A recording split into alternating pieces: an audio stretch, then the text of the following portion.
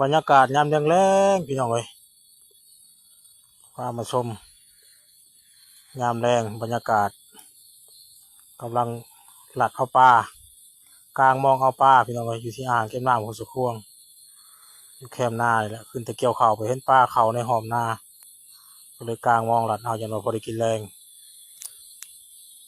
จังทีละวิถีชีวิตพี่น้องเอ้ย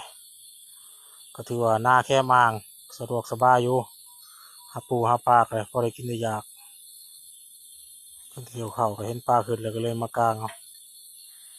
เอาสิเราจะโตเป็นรุ่นนำกันพี่น้องอยู่ที่อ่างเก็บน้ำของสุขวง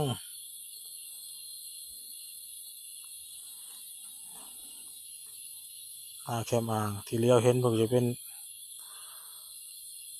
อ่างน้ำประปาเพิ่งกำลังสร้างใหม่พี่น้องนี่เด้หากเราเห็นตัวหนึ่งจับที่ได้จักโตก็หากกลางก็ได้ทันเลยตัวหนึ่งปลาเขารอบแรงพี่น้องเลยทั้งชีและวิถีชีวิตบ้านๆอยู่ง่ายๆอยู่ง่ายกินง่ายแต่ว่าก็สะดวกสบายอย่างหนึ่งอุปาหน้ำก็สะดวกพอได้กินได้ยากพี่น้องเพราะว่าหน้าบ่โคนนี้ถือว่าแป๊ะกับอ่างเก็บน้ำโคสุพวงโลดได้สบาย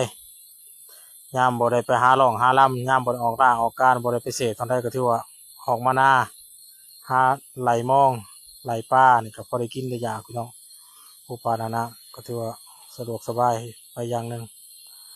พอได้ซื้อได้หานอกจากที่ว่าเฮาออกงานช่วงใดเฮาที่ออกงานคุ้มๆก็จำเป็นได้ซื้อเพิ่นปกติเราบ่คูณก็เป็นคนมักหาปลาเพียงเลยตั้งแต่น้อยๆพุ่นแหละเพราะว่าหน้าแค่มาก็ติดพันกับชีวิตมาได้แต่น้อยๆใส่เบ็ดใส่มองหวานแหทุกอย่างแล้วว่าซั่นว่าพื้นหาปลาก็ถือว่าพ่อเองนึงก็มักว่าซั่นซะพี่น้องเอ้ยปลาสูตรเนี่ยก็ถือว่าหลายพอสมควรเลยพี่น้องเอ้ยในอ่างเก็บน้ำพอสมควรเขานี่ก็ถือว่าหลายหาง่ายได้ง่าย